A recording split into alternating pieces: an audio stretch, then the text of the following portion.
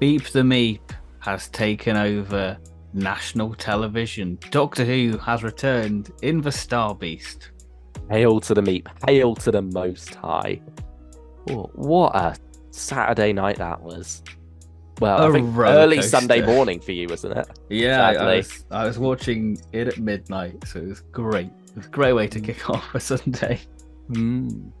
Yeah, I mean, Saturday nights to be back again. It just feels right for Doctor Who, especially with David Tennant and Catherine Tate. And my goodness, just I never felt this excited for a Doctor Who episode since, well, it must be somewhere in early Matt Smith, I think. Hmm. Like, this was another level. I don't know quite what it was, but the nostalgia was kicking in. I was so excited to see what was going to happen. It was all like that, killing time on the Saturday, just being like, come on, Doctor Who time, please. And that was just so bizarre. I'm so grateful that I feel this way about Doctor Who again, because it's not like it's been a chore to get through. But certainly, if I wasn't like a fan, I wasn't going through the expanded media and everything, and I wasn't watching Classic Who and going back to some of the earlier new series stuff on the regular, I think I probably wouldn't be a regular viewer. Hmm. Like, I couldn't blame anyone for tuning out during the last 5 years, but I think it's like, because we it are was so back. infrequent, because it's not been sort of a yearly thing, and I think this is what Russell wants, a yearly output of Doctor Who, so it's still there. He's In building an empire. oh, and I feel like it started, like you say, we are so back, and just the childhood glee I had watching it was like being a 10-year-old again, because this is the Doctor Who we grew up on. Yeah. I mean, even like the next day, I stuck it on Sunday morning as well for a second time.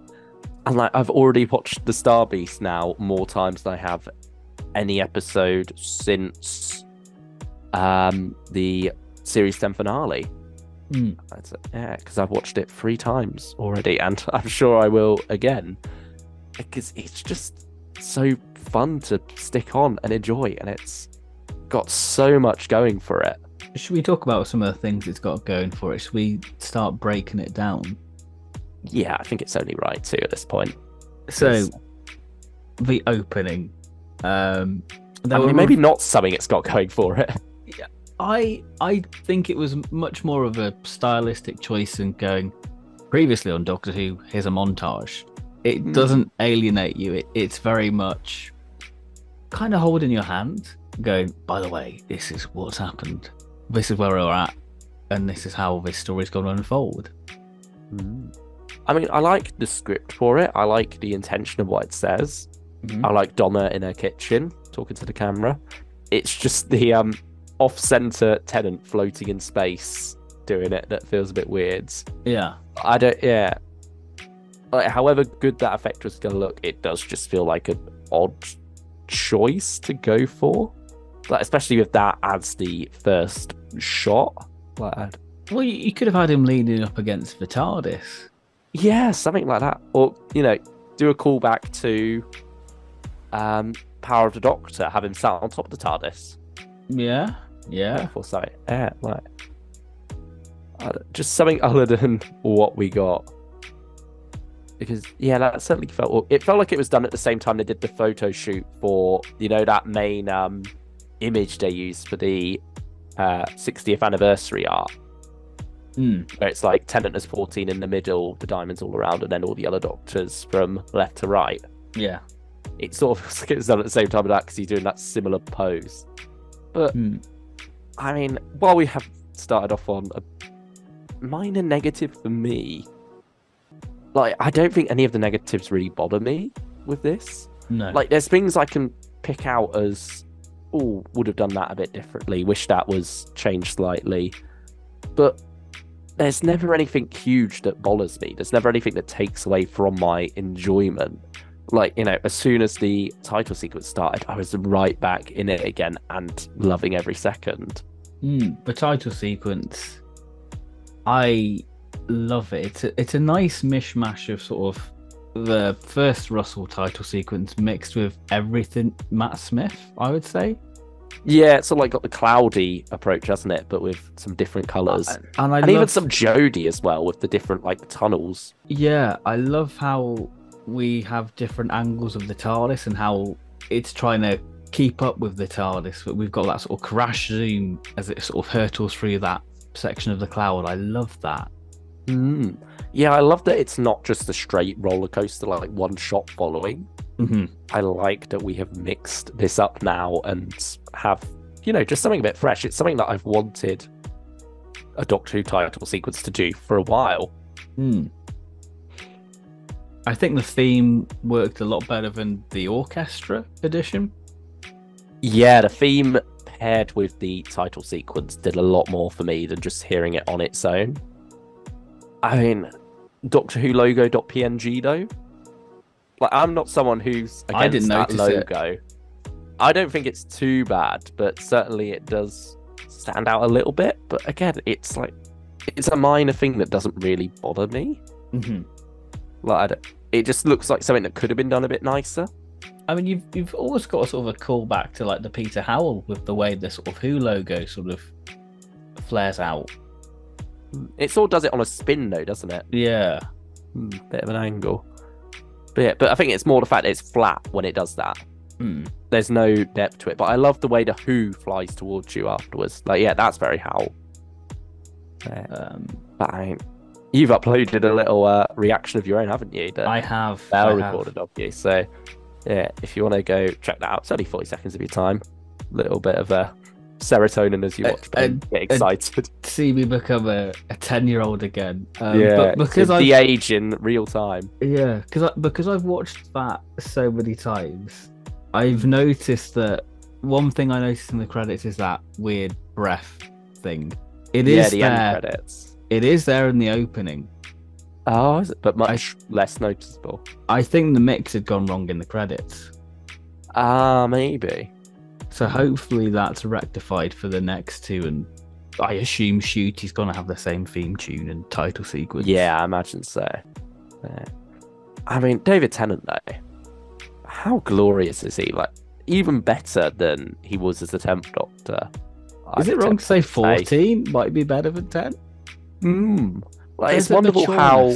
Yeah, I think there's something that has come with age as well that has just made him have something more doctory to him. Like, he was amazing to begin with back in 2005 to 2010, but here in 2023 it's on a new level, and it is so exciting to just see him go through a range of emotions in this one episode alone. I can't wait to see what treats we have in store from him over the coming 2 weeks. But and it feels sad thinking about that, because like you're admiring of how he's such a master of his craft, and you think, God, we've only got 2 weeks left of this amazing, work he's done for us for this specials. Like, we're at the start of this 60th anniversary now, and then by this time next week, we are going to be nearing the end, which is just slightly heartbreaking. But yeah, just, the swagger on him as after he leaves the TARDIS, hands in pockets, Murray Gold's music just hitting all the right notes. Something just magical came together then. And then, I mean, the comedy as well from Tennant in certain scenes, like the taxi scene with him and Sean Temple. Like, that's some wonderful stuff. The back and forth of, oh, she's fine, she's not fine, she's been fined. Like, it's just not just Tennant's performance as well, but the writing there. It's something that we haven't seen for a while, because it's both comedic, it's giving us exposition as well about what happened with the lottery money, and then on top of that, it's while we're on our way to a location that's important to the plot. Yeah. So, it's just so efficiently written, I suppose, which feels wrong to say about a piece of art, but at the same, it manages its time very well. It doesn't waste a second. Even though it's going at a bit of a fast pace, you don't feel like you're not being given a chance to breathe. It allows the the characters to breathe. It establishes the sort of kitchen sink domestic nature, because I think this is the brilliant thing about Star Beast. It's already a domestic kitchen sink drama. So yeah, laying the noble family dynamic on top of that doesn't jar. No, it just sort of replaces Sharon, and it works completely fine. Yeah. I mean, you still got Fudge. Yeah. You don't have the bomb in the Doctor's stomach this time. No, it's very much a streamlined version. Yeah, I think plot, isn't it? It's a good adaptation. Yeah, I mean, you've still got that originally in more than one form. You know, you can listen to the audio drama with Tom Baker, or you've got the original comics still quite widely available, aren't they? Yeah, it's just been reprinted. Yeah. Yeah, and then you're also going to have a novelization of this, which I'm sure will expand on a few things. So, yeah, certainly Star Beast is going to have a lot of media out there soon. Yes. Which, I mean, well deserved, I think, because it is a wonderful idea for a story. And certainly, you know, the Meep being brought to life on screen, very well done.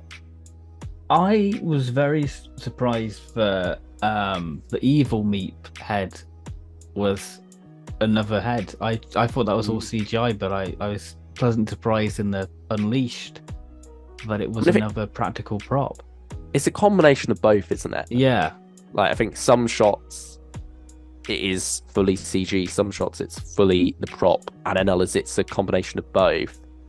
And, you know, I think that's the best way to do it. Like, you know, the best way to solve a problem is to have multiple solutions. You know, don't just have one peg for all the holes. Yeah.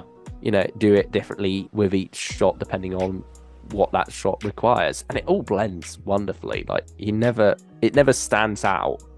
And yet the switch up when the Meep does reveal their true nature, like, that is somewhat terrifying. Like, you laugh, but you're also scared.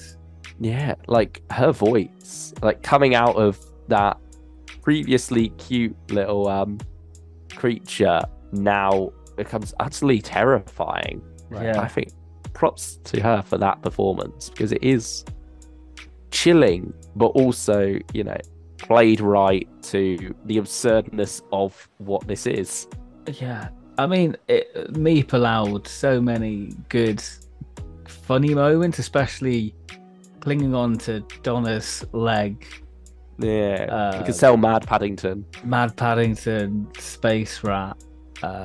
Yeah, so many wonderful things. I think my favourite moment of the whole of Star Beast is when they're about to escape for the taxi, and you've just got Meep just going past the bloke asleep on the sofa, just going Meep Meep. Yeah, for me that was just best moment. That's something wonderful about moments like that just bring it all home and make it all feel a bit real in a way, I suppose. Yeah, like, you know, the absurdness of this creature, but just in someone's, you know, living room or, you know, corridor in their house. It's joyous, really, isn't it, to see? It is. Yeah. And I mean, the Wrath Warriors as well. I love flying. Yeah, which is nice. Like, that suits. It suits what their look as well. I love the legs too, like the way they walk, like there's more insect-like bent legs. Like, that's wonderful, wonderfully realised. But the voices, I like that they went for a bit more silly voice rather than, I think in a lot of the RTD1 era, you'd have alien voices that are, you know, trying to go deep, trying not to be mocked. Like, you know, and even going into some of the Moffat era stuff as well, like with the Ice Warriors, they're no longer quite hissing as much. Whereas here, it's nice just to have something a bit different there, and again, embrace the absurdity of it. It does feel very similar to how they sounded in the audio drama as well. Yeah, when they finish. It sort of fits that same voice. So I think it's nice having those friendly aliens have friendly voices. And I think they translated very well on screen as well, much like the Meep. Yeah, both wonderfully realised. Uh, and I mean, Namib's ship as well. Like, I love how that has almost comic booky B movie style to it. Yes, yes. Like, that's a wonderful creation. And the sequence at the steelworks as well. The Mills and Wagner steelworks, isn't it? That's a nice little callback. Like, the whole build up to that, the shots of Unit, marching in, hosing it down and stuff, getting their hazmat suits on or protective clothing of some kind on and everything. Like, it's wonderful seeing Unit that efficient, taking that seriously, and then the Doctor, sneaking around it all. Yes. Yeah, that's just beautiful stuff, really. Like, especially those shots of the steel mill as it burns. And this is also our introduction to Shirley Ann Bingham, played by Ruth Madeley, who we both know from, well, not know personally, of course, but know from the Sixth Doctor adventures as the Sixth Doctor companion, E.B. Harrison. Yeah. And so here you have this 56th scientific advisor to Unit. May get through them quick. Yeah. I mean, it has been 60 years or 50. Yeah, I suppose, yeah. Yeah, been a while. That's probably high turn it. I wonder if each Doctor counts as a different one. Maybe, yeah, probably. Who knows? But, I mean, what a wonderful character she is. Like, I so like well that she read. wasn't gushing over the Doctor. Because I love that. I love that, because obviously the 10th Doctor is a Doctor of Vanity, but it's interesting that 14's kind of got that in a way, going, wait all your life, and it's like, nah. You wish. Yeah, she Yeah. has so many wonderful moments. You've got weapons in your wheelchair. We all have. Like, even just It's during that empowerment. scene. Yeah, during that scene where they're talking about Donna and her memories. There's just like a, I don't know, bit that the Doctor does. He's like, and she just responds with, It's just a wonderful rapport between the two. Like, even though they've only just met, I can't wait to see more from this character, really. She's only got a minor role to play in this story, but she does so well with the small material she's given. And I think that's something that Russell does very well. He, even when a character's only around for a little while, he makes them feel big. He gives them impact. And, he never wastes a second with his scripts. And that's definitely true of The Star Beast. Again, just very efficient writing, really. Yes. And, yeah, I mean, what a wonderful character she was. But how about the Noble family? How did you feel they worked within this story? I think they worked. It was a great reintroduction to them. I think Sean's come off very well compared to End of Time, where he was kind of window dressing for Donna to go, look, she's got a partner. And I just love how open he is to everything going on. He's an everyman, isn't he? He's an everyman, yeah. Yeah, like, I love the dad's home bit followed by, something smells nice, just to cut the tension there as all hell's breaking loose in Donna's kitchen.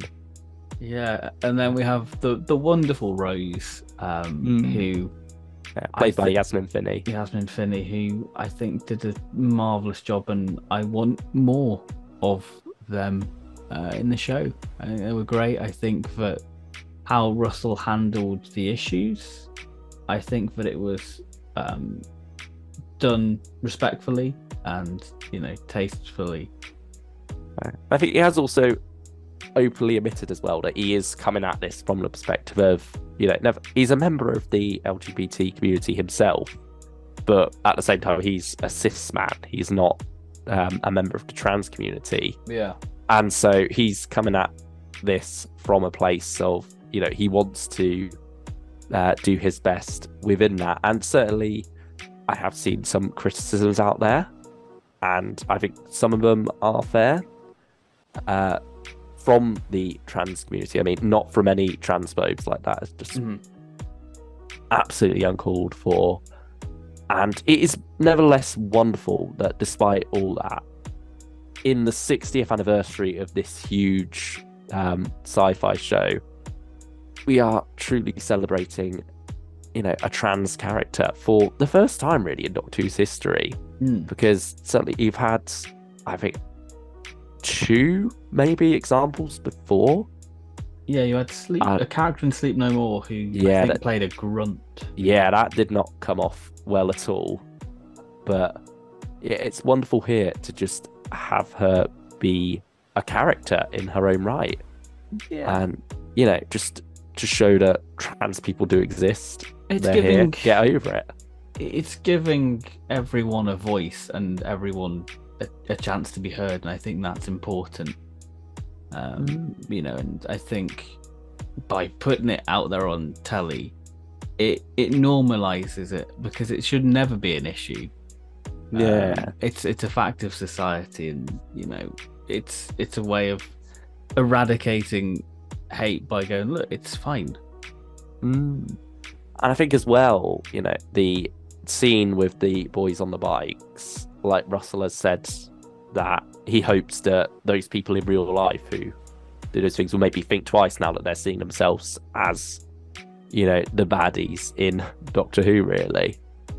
Yes. And so, yeah, I think it's also sort of part of Russell's own lived experience in that, as a gay man who lived through the AIDS pandemic, he has had that survivor's guilt. There is a trauma attached to that for him that he injected into Doctor Who when he rebooted it with the Doctor surviving the Time War.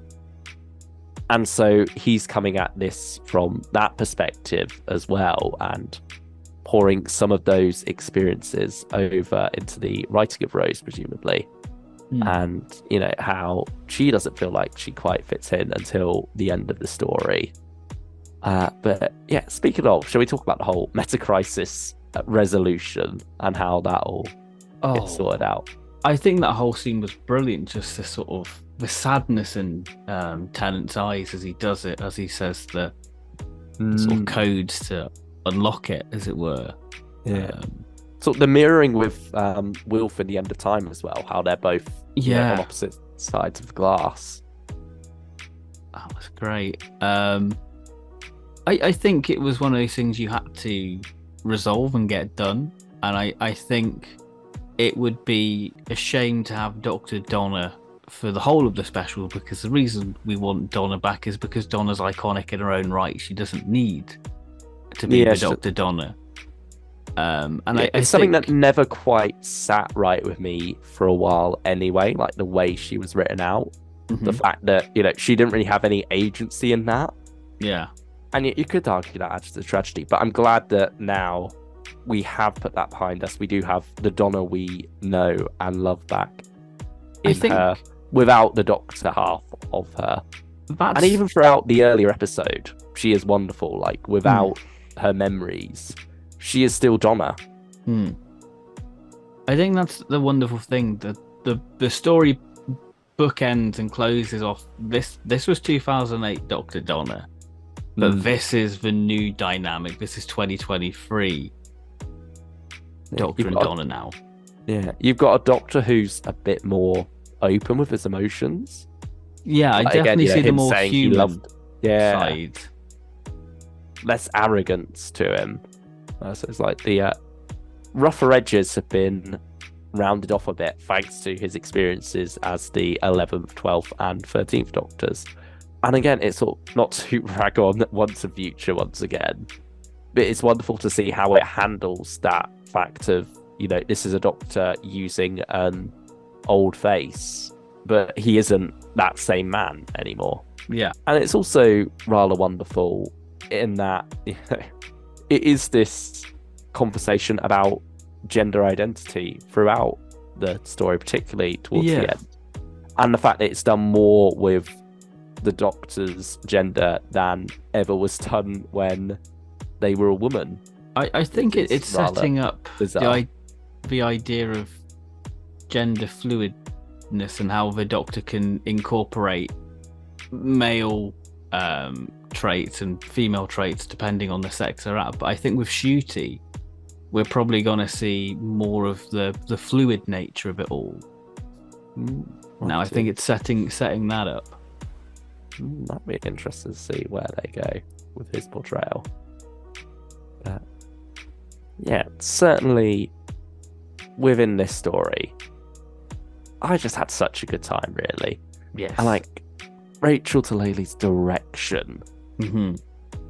like chef's kiss, some gorgeous stuff. Like it's wonderful to have comprehensive editing for the most part. Like there's one scene with the bins when the meat's revealed where there's like 5 cuts, which feels a bit weird, but that's just one thing that stood out as negative. And again, it's gone in half a second, and the rest is all completely fine. Like, you know, the way the music works with the flow of the story, it's so well paced. And I already mentioned the wonderful shots of the steel mill and everything, you know, London burning, the exhilaration of that. And of course, the battle between Unit, the psychedelic Sun Unit soldiers, and the Wrath warriors in the street while the Doctor and co make their escape. Such a wonderful sequence. Like, you know, the build up of that is brilliant. And, you know, the way it's not just action for action's sake, there is a narrative push within that. Mm-hmm. You know, there's a wonderful shot where, you know, it's panning from the fighting in the street to showing us the skylight as the Doctor and co move along the attics.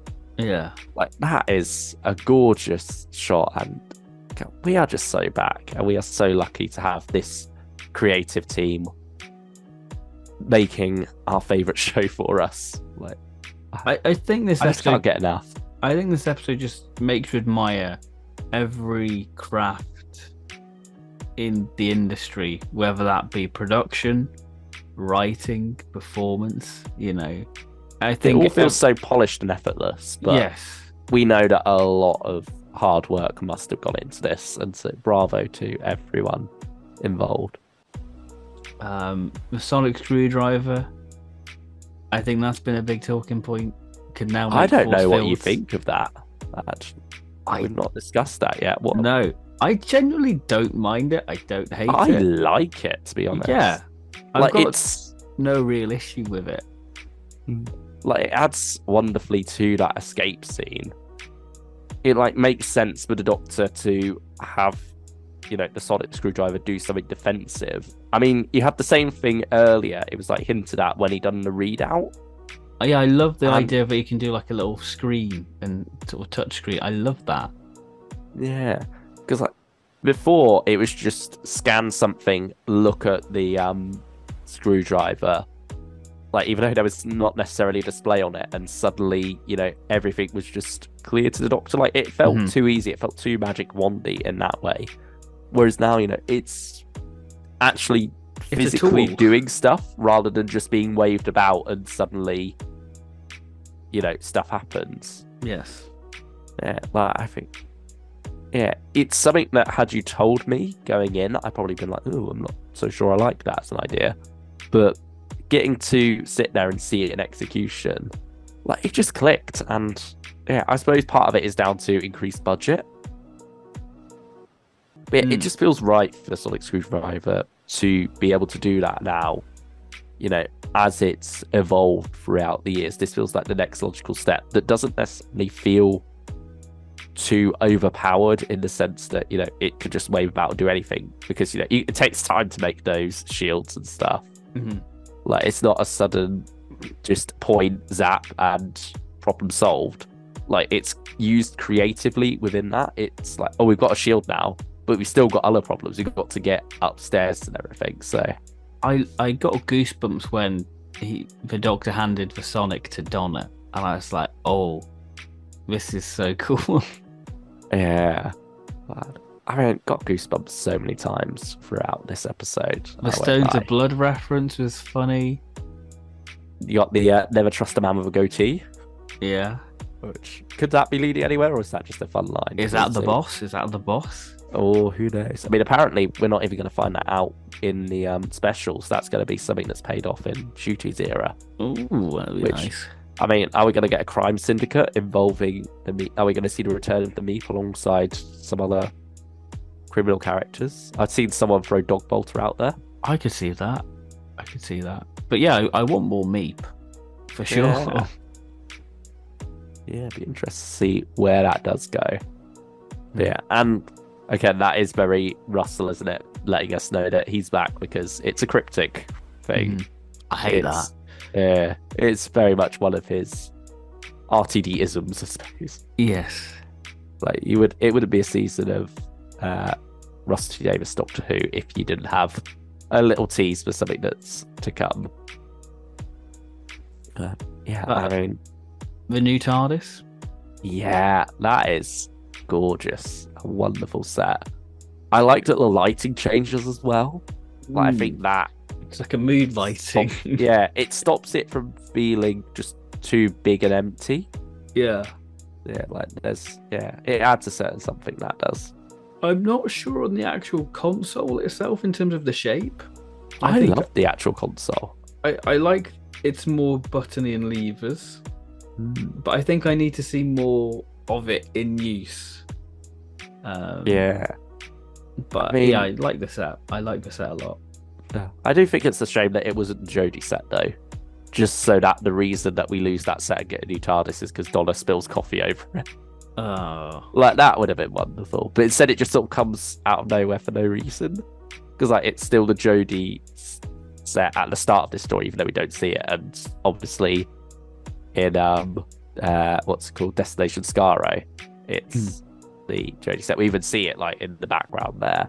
Yeah. As you know, purely either green screen or just a cardboard insert, who knows. I still love this new TARDIS, and it's definitely sticking around for shooting because it's definitely the most expensive console room we've had so far. They've been talking about how they're able to use drone shots within it now, and so that'll really add something to it. And just Tennant's ecstasy at being inside it. The fact that he is able to show that much emotion now is just rather joyous, really. It's infectious. It is, and I think you can't help but leave this episode with a smile on your face.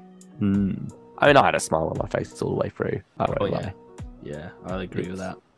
Yeah, it's a good time to be a Doctor Who fan. I mean, rating out of 10? Solid 8 out of 10.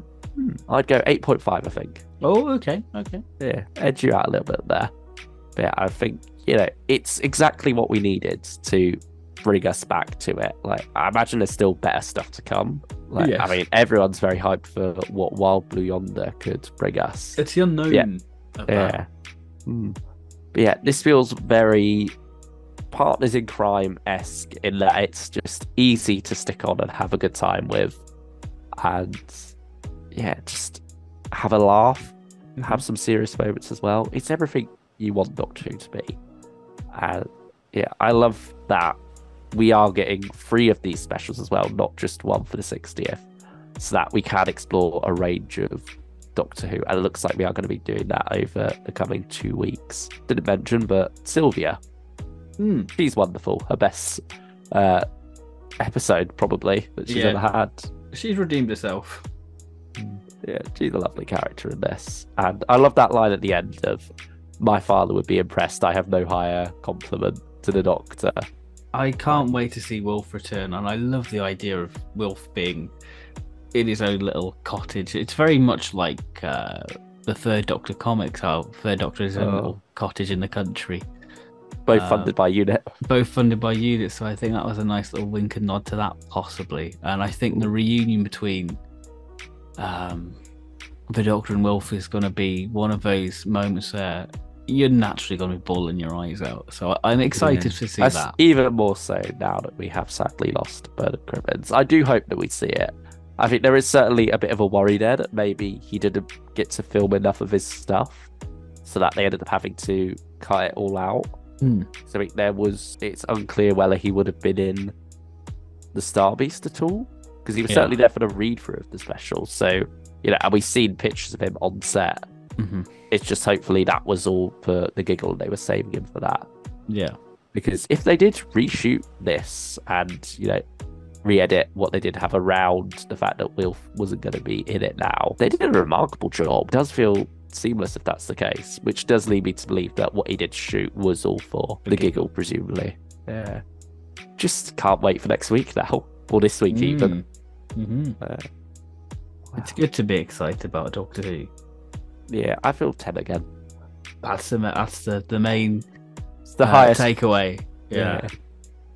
I have no higher compliment, as Sylvia would say. And on that bombshell, if you've enjoyed this review, please like and subscribe. Let us know your thoughts on the Star Beast, whether you agree, disagree. Be interesting to know. So yeah, thank you everyone for watching, and we shall see you next time. Bye bye. Goodbye, everyone.